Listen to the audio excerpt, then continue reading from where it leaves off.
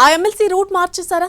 గత అనుభవాలన్నింటినీ మిక్స్ చేసి మిక్సీలో వేసేసి ఇప్పుడు ఒక సరికొత్త ఫార్ములాను తయారు చేశారా? దాని ప్రకారమే 2029 ఎన్నికల కోసం ఇప్పటి నుంచే పకడ్బందీగా స్కెచ్ వేస్తున్నారా? కూటమి పార్టీలోకి ఎంట్రీ లేదని తెలుసుకుని వైసీపీలోనే పకడ్బందీగా పావులు కత్తున్న ఆ ఎమ్మెల్సీ ఎవరు? గతానికి భిన్నంగా ఇప్పుడు ఆయన లెక్కలు ఎలా ఉన్నాయి? 2024 అసెంబ్లీ ఎన్నికల్లో మండపేట వైసీపీ అభ్యర్థిగా పోటీ చేసి ఓడిపోయారు తోట త్రిమూర్తులు. అయితే ఎమ్మెల్సీగా ఆయన పదవీ కాలం 2027 జూన్ వరకు ఉంది. ఆ తర్వాత కూడా రాజకీయంగా వెనకబడకుండా ఇప్పటి నుంచే చాలా పగడ్బందీగా పావులు కలుపుతున్నారట. ప్రత్యేకించి ఈసారి తన క్యాస్ట్ కార్డుని గతానికి భిన్నంగా కాస్త డిఫరెంట్గా వాడాలి అనుకుంటున్నట్టు తెలుస్తోంది. రామచంద్రపురం ఎమ్మెల్యేగా 4 సార్లు గెలిచారు తోట త్రిమూర్తులు. కానీ ఫస్ట్ నుంచి ఒక పార్టీలో కుదురుగా ఉండే అలవాటు లేదు ఆయనకి. ఇండిపెండెంట్గా టీడీపీ, పీఆర్పీ, కాంగ్రెస్, వైసీపీ ఇలా సీజన్ను బట్టి అవకాశాలకు అనుగుణంగా కండువాలు మారుస్తూ ఉంటారన్న అభిప్రాయం ఉంది రాజకీయ వర్గాల్లో. 2019లో టీడీపీ తరపున రామచంద్రపురం నుంచి పోటీ చేసి ఓడిపోయిన తోట త్రిమూర్తులు వెంటనే వైసీపీ గూటికి చేరారు. ఇక 2024 ఎన్నికల టైంకి వచ్చేసరికి కూటమి పార్టీలో ఏదో ఒక దాంట్లో చేరడానికి గట్టిగానే ప్రయత్నించినట్టు చెప్పుకున్నారు. అయితే అవతల నుంచి సరైన సమాధానం రాక సైలెంట్ అయిపోయారన్నది ఒక వెర్షన్.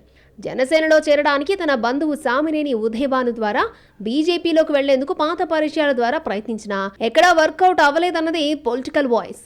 అలాంటి రకరకాల కారణాలతో ఎన్నికల తర్వాత మ్యూట్ మోడ్లోకి వెళ్లిపోయిన తోట త్రిమూర్తులు ప్రస్తుతం గేరు మార్చారట. సరే, కూటమిలోకి రానివ్వలేదు, ఇక బాలను వదిలేసి ఉన్న చోటే మనమేంటో నిరూపించుకుందాం. ప్రస్తుతానికైతే జంపింగ్ ఆలోచనలకు ఫుల్ స్టాప్ పెడదామని అనుకున్నట్టు తెలుస్తోంది. ప్రస్తుతం ఆయన కదలికలన్నీ గతంలో ప్రతిపక్షంలో ఉన్నప్పటికంటే భిన్నంగా ఉన్నాయని అంటున్నారు రాజకీయ పరిశీలకులు. 3 దశాబ్దాలుగా రాజకీయాల్లో ఉన్నప్పటికీ నిలకడలేని కారణంగా తోట త్రిమూర్తులకు మంత్రి పదవి దక్కలేదన్న అభిప్రాయం బలంగా ఉంది. సామాజిక వర్గం కోటాలో కూడా అవకాశాలు రాకపోవడానికి అది కూడా ఒక కారణం అంటున్నారు. కొన్నిసార్లు ఆయన పేరు పరిగణలోకి తీసుకున్నా కాంపిటీషన్ ఎక్కువగా ఉండడం, పార్టీలో నిలకడగా ఉన్న వాళ్ళకి అవకాశం ఇద్దామన్న కారణాలతో పక్కన పెట్టేసేవారట. మరోవైపు పార్టీ కంటే కులమే ఎక్కువని చాలాసార్లు ఓపెన్గా స్టేట్మెంట్లు ఇవ్వడం కూడా కొంత ఇబ్బంది అయ్యేది. అందుకే ఇప్పుడు అదే పాయింట్ని బేస్ చేసుకుని వెనక్కి తగ్గకుండా క్యాస్ట్ ఈక్వేషన్స్తో తానే ముందుండేలా ప్లాన్ చేస్తున్నారట ఆయన. కులమే నాకు ముఖ్యమని ఎలాగూ ప్రకటించాను కాబట్టి ఇక ఆ విషయంలో వెనక్కి తగ్గడం ఎందుకు, గట్టిగా ముందడుగు వేద్దాము అనుకుంటున్నారట. వచ్చే ఎన్నికల్లో ఒకవేళ వైసీపీ అధికారంలోకి వచ్చి కాపు కోటాలో మంత్రి పదవి ఎవరికి ఇవ్వాలన్న లెక్కలు తీస్తే టాప్ ప్రయారిటీలో తానే ఉండేలా చూసుకోవాలి అనుకుంటున్నట్టు తెలుస్తోంది. ఇక వైసీపీ పరంగా కాపు కులానికి మంత్రి పదవి ఇవ్వాల్సి వస్తే ఎవరైనా తన తర్వాతే ఉండేలా చూసుకోవాలన్నది ఎమ్మెల్సీ ప్లాన్గా చెప్పుకుంటున్నారు.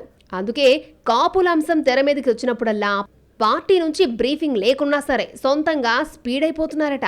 రేపు కాపు క్యాండిడేట్స్ రేసులో తానే ఫస్ట్ ఉండాలని తోట తాపత్రయపడుతున్నారని జిల్లాలో కూడా గుసగుసలు వినిపిస్తున్నాయి. దానికి అనుగుణంగానే ప్రస్తుతం పొలిటికల్ పావులు కదుపుతున్నారన్నది లోకల్ టాక్. మొత్తం మీద ప్రస్తుతానికి ప్రతిపక్షంలో ఉన్నా సరే రేపటి రోజున పవర్ వస్తే వెనకబడకుండా తోట త్రిమూర్తులు మంత్రి పదవిని అడ్వాన్స్ బుకింగ్ చేసుకుంటున్నారు అన్న మాటలు వినిపిస్తున్నాయి.